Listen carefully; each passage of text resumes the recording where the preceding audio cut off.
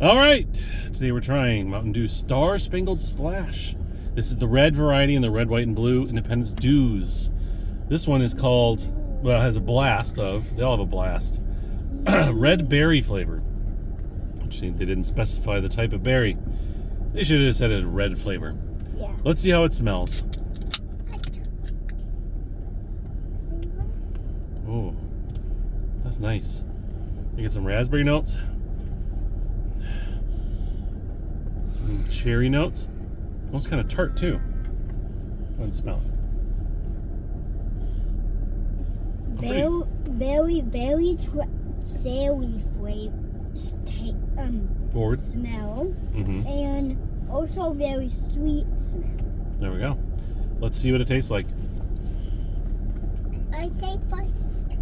I taste. It reminds me of the cranberry.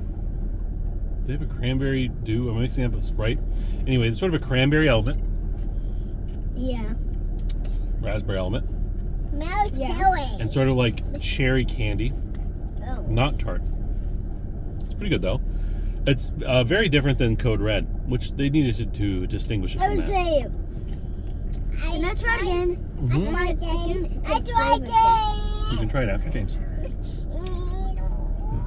There you go, Martin. So I say, kind of a like cinnamon flavor, isn't it? Yep. Yeah, and a kind of raspberry flavor, Yep. I would detect those as well. and just a lot of red berries, kinds of berries. Let me try and break down what you get because it's so many flavors. It's hard to do that, but we'll see if we can give an order of flavor. Front end, you're met with a somewhat tart, a fairly mildly tart. Hey guys, don't play with that, please.